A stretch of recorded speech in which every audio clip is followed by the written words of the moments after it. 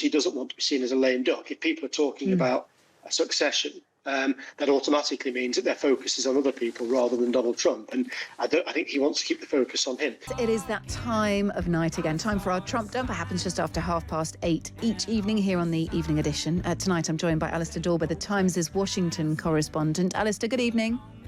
Hi, Kate. We'll move on to the possible rejuvenation of the Alcatraz prison and, of course, the future of UK films in the United States in just a few moments' time. But my eye has been drawn to an immigration story, which we should mention this briefly. And this is that the Trump administration is to offer $1,000 to undocumented immigrants to leave the United States. Probably the first question to ask is whether they can do that. Well, it's the latest policy announcement in the administration's quite a long list of policies over trying to eject from the United States those that don't have the right documentation, those that the White House calls illegal immigrants. Obviously, we've had thousands of people rounded up and sent to places like El Salvador, and in the bulletin there seems to be another deal on the way with Rwanda as well for Rwanda to take those that America wants to kick out. I think this is more of a sort of carrot policy rather than a stick policy. They've, as well as offering this $1,000 to people to leave, they're saying, look, we'll help with the flights. We won't have you rounded up by immigration authorities, ICE as they're called.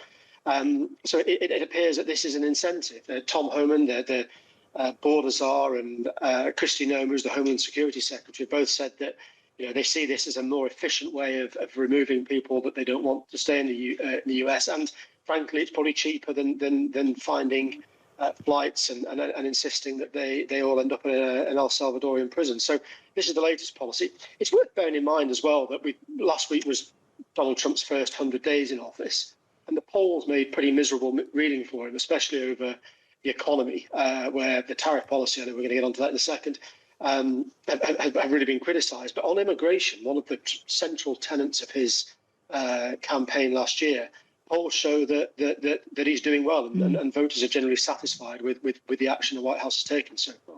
Yes, so undocumented immigrants would leave the country using an app called CBP Home. It was devised under the Biden administration, but basically it's all done through this app. Once they declare that they're prepared to return home, that is done through the app. And when they arrive back home, the app then confirms that, and the $1,000 payment is made.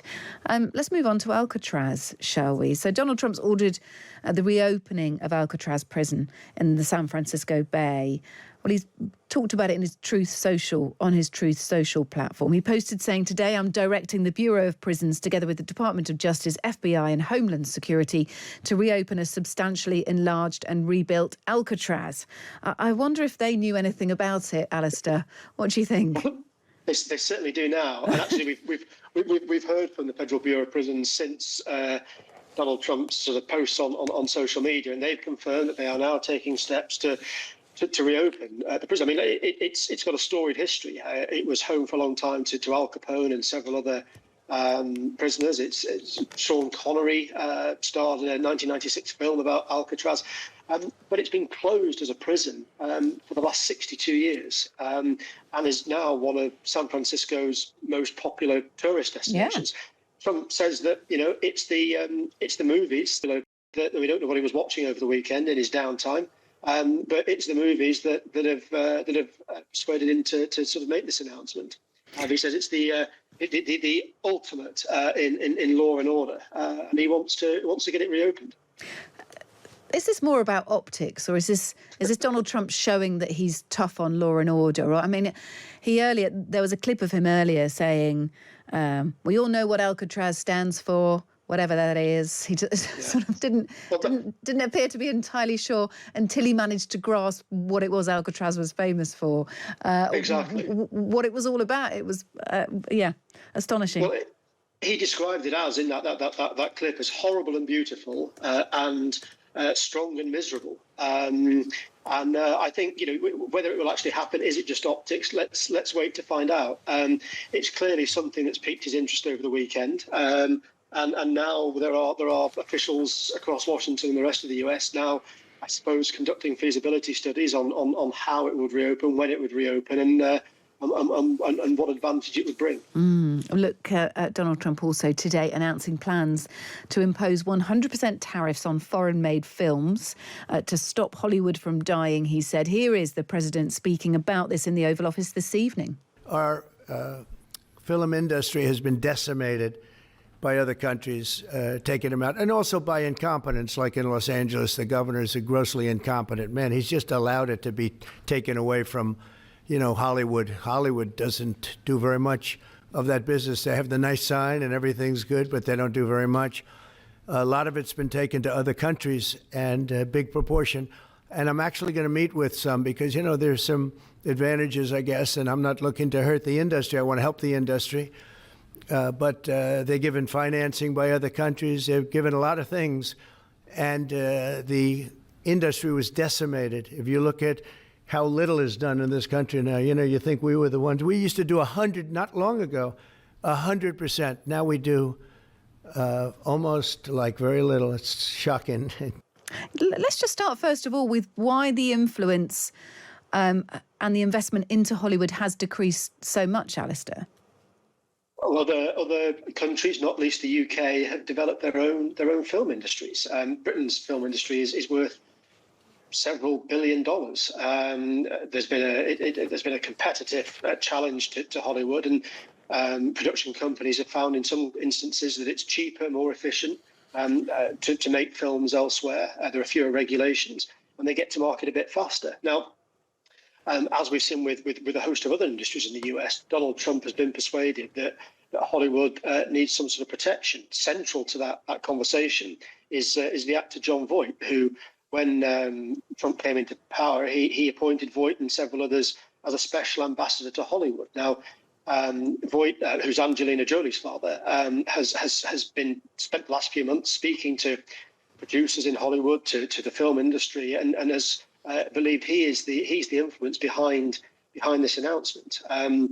It could have a devastating effect on the UK film industry, and I think, like many of Donald Trump's other announcements on tariffs, we'll see some give and take before the actual policy comes into effect. It is a fairly blunt instrument, this, because it's doing some other reading around today, and according to the Hollywood Reporter, the Californian Film Commission offers a 20% base credit to feature films and TV series. Now, that's lower than most other US states, lower than countries like the UK. So it's, in other words, other countries, other states incentivize more than Hollywood does to have films made there. So that would be a softer instrument to use, wouldn't it, to increase incentives rather than just to slap charges on foreign imports. But that is perhaps more the ammo of Donald Trump, isn't it? It is more his ID to attack rather than to, mitigate, I suppose. But when you think about some of the films made in the UK, you've got things like Barbie, Sonic the Hedgehog 3, Snow White, Wicked Part 1 and Part 2 will be made here, Mission Impossible, The Final Reckoning. So many big Hollywood blockbusters are being made here, and from US production companies as well. So that tells you an awful lot. We also know, Alistair, that film tariffs are going to now form part of trade negotiations between the UK and the US. That is something else for them to think about. Completely. I think Donald Trump probably sees the movie industry as just another where the US has lost its competitive advantage over recent years. And like you say, rather than incentivize the industry to come back to the US, it's to stymie the efforts of competitors to sort of press home their own advantage. I mean, clearly that list of films there shows that should these tariffs, 100% tariffs he's talking about, come in on the film industry, it could have a devastating effect on a sector of the economy that is growing in importance in the UK. We know that the Chancellor was here a couple of weeks ago to talk to officials at her opposite numbers in the US. She's part of a long queue of countries who are hoping to secure trade deals with America in the next few months. I think, as you suggest, that the film industry, like the pharmaceutical industry, like the the car industry, like others, will form part of those negotiations now between London and Washington. The UK film industry has seen such huge growth. It is a big flag bearer for this government. It's important for investment and growth, and this move by the United States could, really, really thwart that, it has to be said. No third term for Donald Trump, who's ruled it out, Alistair, to move elsewhere. Experts agree it's banned under the US Constitution, despite many allies to the president saying it is possible. Here is Donald Trump speaking about it on NBC News. So many people want me to do it. I have never had requests so strong as that. But it's something that, to the best of my knowledge, you're not allowed to do. I don't know if that's constitutional that they're not allowing you to do it or anything else, but there are many people selling the 2028 hat. But this is not something I'm looking to do. I'm looking to have 4 great years and turn it over to somebody, ideally a great Republican to carry it forward. But I think we're going to have 4 years, and I think 4 years is plenty of time to do something really spectacular. I mean, look, even, someone who knows the vagaries of the US Constitution knows that there's no third term. That is just, that is roundly known, isn't it, Alistair, despite what Donald Trump says? Well, yes. In short, the 22nd Amendment rules out the third election to office of the same person, the third election as president. Now, people have said, they should try and overturn that in the Congress. Well, that would be very, very difficult. The arithmetic in the Congress simply isn't there. But there were other ideas. Could it be that Donald Trump would stand as a vice presidential candidate to someone else, and then that person would step down once elected, and meaning that Trump would be elevated to the Oval Office again? Again, it seems pretty fanciful. He's teased this idea now for quite some time. I think largely because he doesn't want to be seen as a lame duck. If people are talking about a succession, that automatically means that their focus is on other people rather than Donald Trump. And I think he wants to keep the focus on him. He did say that J.D. Vance, the vice president, was a contender, as is Marco Rubio, who's not only now Secretary of State, but also on a temporary basis, the National Security Advisor. These two seem to be in pole position at the moment, but it's going to be 2.5 years before we even start thinking about who might win Republican primaries and so forth. So there's an awful long way to go. Alistair, great to speak to you. Thank you so much. Alistair Dawber, Washington correspondent for The Times. You can read the fine work of Alistair and the whole team out there in the US on thetimes.com and, of course, in the paper. Alistair, thank you.